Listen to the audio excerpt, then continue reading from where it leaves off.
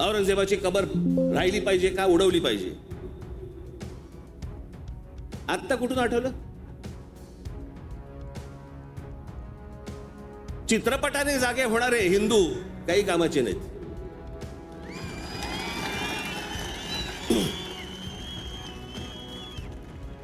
काही कामाचे नाहीत. चित्रपट थिएटरमधनं उतरला की हे उतरले.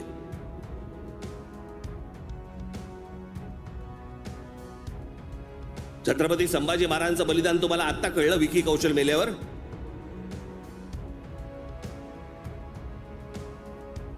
अक्षय खन्ना औरंगजेब बनून आल्यावर तुम्हाला औरंगजेब कळायला लागला?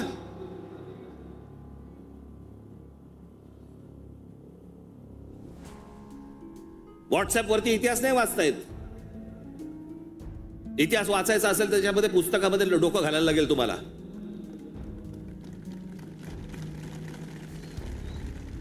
कोणीही बडबडायला लागले हल्ली इतिहासावरती. विधानसभेत पण बोलतात. खरं तर त्यांचं काही काम नाही.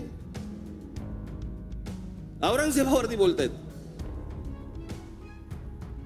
माहिती तरी का औरंगजेब काय प्रकरण होतं? हे बाहेरून आलेले सगळे लोक. औरंगजेबाचा जन्म गुजरात मधला, दाहोद नावाच्या गावामधला औरंगजेबाचा जन्म. आणि मग काय सोपं आहे इतिहासामधलं तुम्हाला जातीपातीमध्ये भिडवून द्यायला. यांना ब्राह्मणांनी साथ दिली, यांना मराठ्यांनी साथ दिली, मग तिकडे मराठी नव्हतेच, मग हे सगळं चोरून ब्राह्मणांनी केलं. हे सगळं बोलणाऱ्यांचा इतिहासाशी काही संबंध नाहीये. त्यांना फक्त राजकीय त्यांचं जे काही पोळी भाजून घ्यायची आहे तेवढंच फक्त काम आहे त्यांचं. त्यांना ना संभाजी महाराजांशी काही कर्तव्य आहे, ना औरंगजेबाशी काही कर्तव्य, ना कोणाशी काही कर्तव्य आहे. तुमची माती फक्त भडकवायची.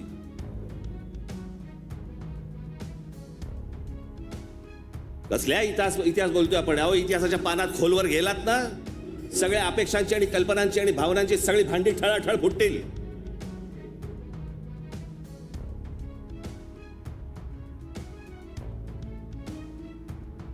या हिंद प्रांतामध्ये एक अत्यंत कडवट, एक प्रभावी असं एक स्वप्न ज्या व्यक्तीला पडलं त्या आमच्या जिजाऊ साहेब.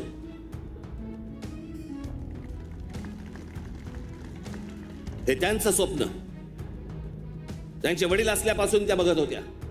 त्यांना समजत नव्हतं हे काय चाललंय. आमचीच लोक ह्या लोकांकडेच का चाकरी करतायत?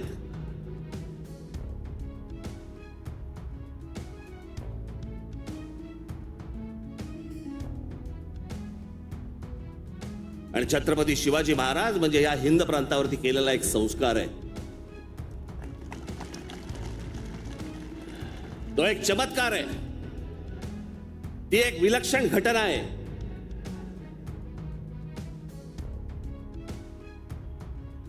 छत्रपती शिवाजी महाराज हा एक विचार आहे. तो विचार जन्माला यायच्या अगोदर या देशाची, या देश कुठचा होता? देश नव्हताच तो. या हिंद प्रांताची काय अवस्था होती, काय परिस्थिती होती?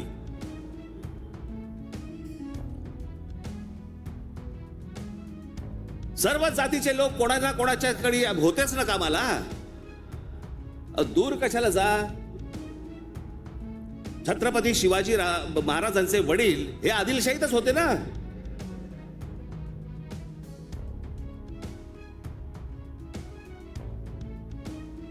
त्याच्यानंतर ते निजामशाहीत गेले ना.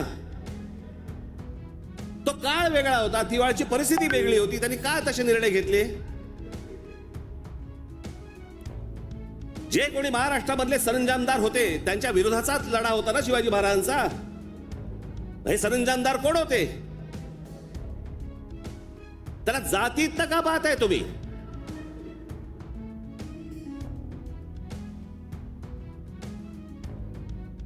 अफजल खानाचा वकील हा कोणी कुलकर्णी नावाचा होता, ब्राह्मण होता. अफजल खानाची बोलणी करायला गेलेला छत्रपती शिवाजी महाराजांचा वकील देखील ब्राह्मणच होता.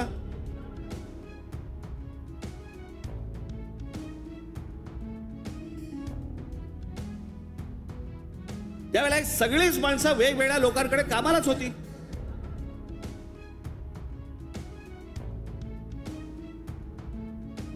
इतिहासातली प्रत्येक गोष्ट काही कागदावरती लिहिलेली नाहीये. त्या वेळेला त्या परिस्थितीत काय निर्णय घेतले असतील आपल्याला काय माहिती. 300-400 वर्षापूर्वीचा इतिहास, त्याच्यावरती आम्ही आज भांडतोय जातीत.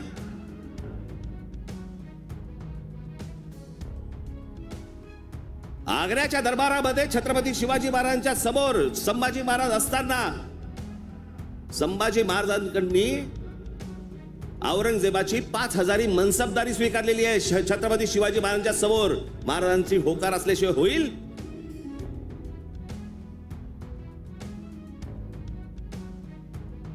पण आता दरबारात अडकलोय, स्वीकारण्याशिवाय पर्याय नाही. आता स्वीकारू, नंतरचं नंतर बघू. राजकारण असतं ते. परिस्थिती काय, त्या परिस्थितीमध्ये कोणते निर्णय घ्यावे लागतात, काय परिस्थिती असते, आपण पाहणार आहोत का नाही. छत्रपती शिवाजी महाराजांसाठी औरंगजेबाचा जो माणूस आला होता, मिर्झा राजे जयसिंग राजपूत हिंदू होता ना.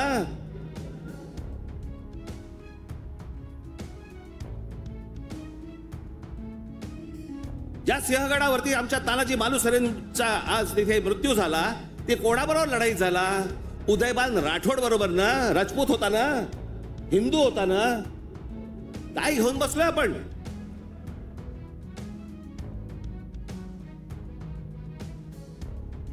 कोणत्या काळात जगतो आहोत आपण? औरंगजेब ज्या वेळेला आग्र्यावरनं निघालाय,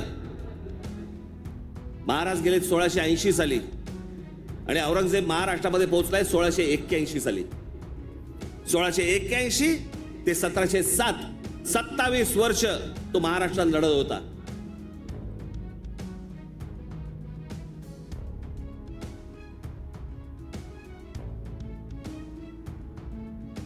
आमच्या संभाजी राजांबरोबर लढला, त्यांना क्रूर पद्धतीने मारलं. राजाराम महाराज लढले, संताजी धनाजी लढले आणि आमच्या तारा राणी साहेब लढल्या.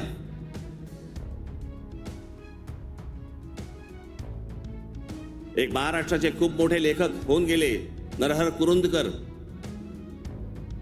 त्या कुरुंदकरांच्या एका पुस्तकामध्ये फार अप्रतिम वाक्य आहे की मराठे सर्व लढाया हरत होते, पण औरंगजेब एकही लढाई जिंकू शकत नव्हता.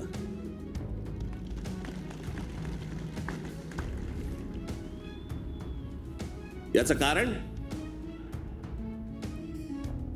छत्रपती शिवाजी महाराजांचं निधन झाल्यावरती खरं तर औरंगजेबाने परत जायला पाहिजे होता आग्र्याला. नाही, तो इथे का थांबला? एवढा मोठ्या बलाढ्य प्रदेशाचा राजा, शहनशाह, एका 2.5, 3, 3.5, 4 जिल्ह्याच्या एका राजासाठी इथे ठाण मांडून का बसला?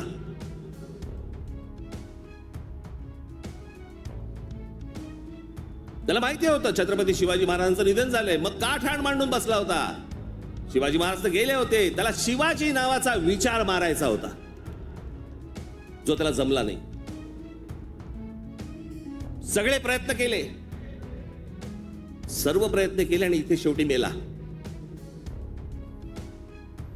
जगाच्या इतिहासामध्ये औरंगजेब वाचला जातो, अभ्यास केला जातो त्याचा. पण ज्या वेळेला त्याचा अभ्यास केला जातो त्यावेळेला जगभरातल्या लोकांना कळतं की तो काय करायला गेला होता आणि कसा मेला. तिथे छत्रपती शिवाजी महाराजांचं नाव येतं जगभरामध्ये. जी कबर आहे ना, जी सजवलेली काढून टाका, कबर नुसती दिसली पाहिजे आणि तिथे एक मोठा बोर्ड लावा, आम्हा मराठ्यांना संपवायला आलेला औरंगजेब इथे आम्ही गाडला गेला.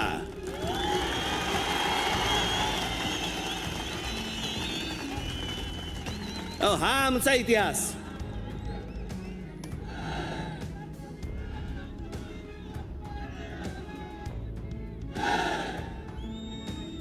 अफजल खान ज्या वेळेला इथे आला, इतिहास कशासाठी वाचायचा? इतिहासात बोध घेण्यासाठी वाचायचा. अफजल खान जेव्हा इथे आला त्यावेळेला प्रतापगडावरती मारला गेला खाली, तिथेच त्याची खाली कबर खोदली गेली, तिथेच त्याला पुरला. मराठीत एक फार अप्रतिम जो शब्द आहे ना, पुरुनुरीन. तो आहे. तुला पुरीन आणि उरीन. तो जो पुरला त्याला तिकडे अफजल खानाला, तो शिवाजी महाराजांच्या होकाराशिवाय पुरला नसेल. त्याची कबर जी केली आहे ती महाराजांना विचारल्याशिवाय केली नसेल. महाराजांनी सांगितलं असेल निश्चित करा, जगाला कळू दे कोणाला मारलाय.